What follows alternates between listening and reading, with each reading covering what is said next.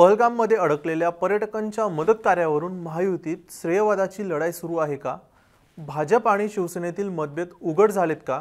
आणि मुख्यमंत्री देवेंद्र फडणवीस यांनी जम्मू काश्मीर प्रशासन आणि तिथे अडकलेल्या पर्यटकांमधील समन्वयासाठी राज्य सरकारचे प्रतिनिधी म्हणून मंत्री गिरीश महाजन यांना पाठवलं होतं।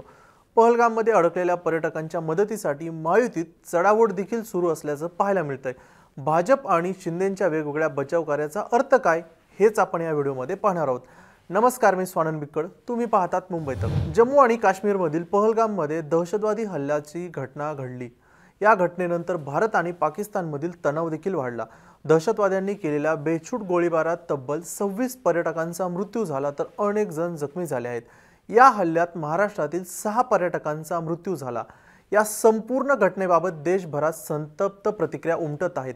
दरम्यान महाराष्ट्रातील अनेक पर्यटक जम्मू आणि काश्मीरमध्ये अडकले होते, त्यांना पुन्हा महाराष्ट्रात आणण्यासाठी राज्य सरकारकडून मदत करण्यात आली होती। यासाठी मुख्यमंत्री देवेंद्र फडणवीस यांनी जम्मू आणि काश्मीर प्रशासन आणि तेथे अडकलेल्या पर्यटकांमधील समन्वयासाठी राज्य सरकारचे प्रतिनिधी म्हणून मंत्री गिरीश महाजन यांच्यावर जबाबदारी देऊन त्यांना श्रीनगरला पाठवण्यात आलं होतं।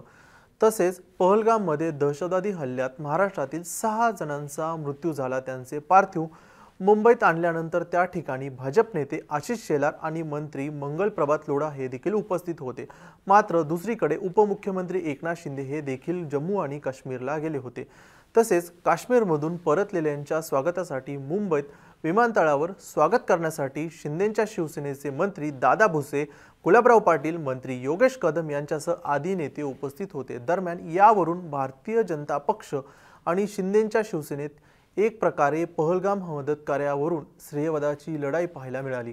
त्यामुळे मुख्यमंत्री देवेंद्र फडणवीस आणि उपमुख्यमंत्री एकनाथ शिंदे यांच्यात तणाव निर्माण झाला नाही ना, असा सवालही आता राजकीय वर्तुळात उपस्थित केला जात आहे। दरम्यान जम्मू आणि काश्मीरमध्ये अडकलेल्या पर्यटकांसाठी राज्य सरकारने मदतीसाठी योजना बनवली होती, त्यानुसार मदतही करण्यात आली।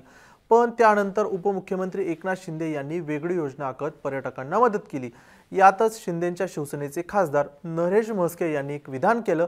जम्मू काश्मीरला गेलेल्या लोकांना परत घेऊन येण्याबाबत बोलताना ते म्हणाले की रेल्वेने गेलेली लोक पहिल्यांदा विमानात बसत आहेत, अशाचं विधान म्हस्के यांनी केलं। यानंतर आता म्हस्के यांच्या विधानावरून शिंदेंच्या शिवसेनेच्या पक्षावर टीका देखील होत आहे। महायुतीमधील दुसरे उपमुख्यमंत्री अजित पवार यांचं उदाहरण दिलं तर अजितदादा हे शांतपणे फडणवीसांना पाठिंबा देत आहेत असं चित्र दिसतंय।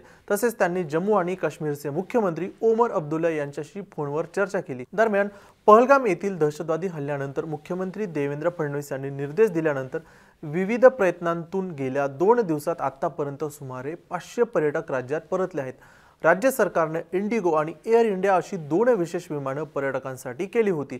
त्यातून 184 पर्यटक मुंबईत दाखल झाले आहेत। दरम्यान आणखी 232 प्रवाशांसाठी म्हणजे आज एका विशेष विमानाची व्यवस्था राज्य सरकार करत आहेत, अशी माहिती फडणवीस सरकारच्या मार्फत देण्यात आली आहे।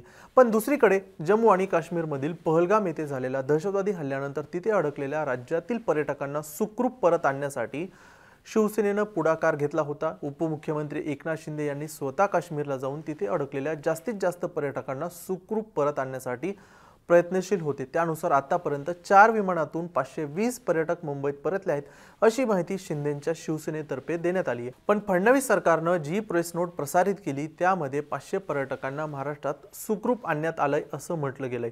पण तेच शिंदेंच्या शिवसेनेतर्फे तोच आकडा 520 सांगण्यात येतोय। त्यामुळे फडणवीस सरकार आणि शिंदेंच्या शिवसेनेमध्ये समन्वय नाही का, असा प्रश्न देखील उपस्थित होतोय।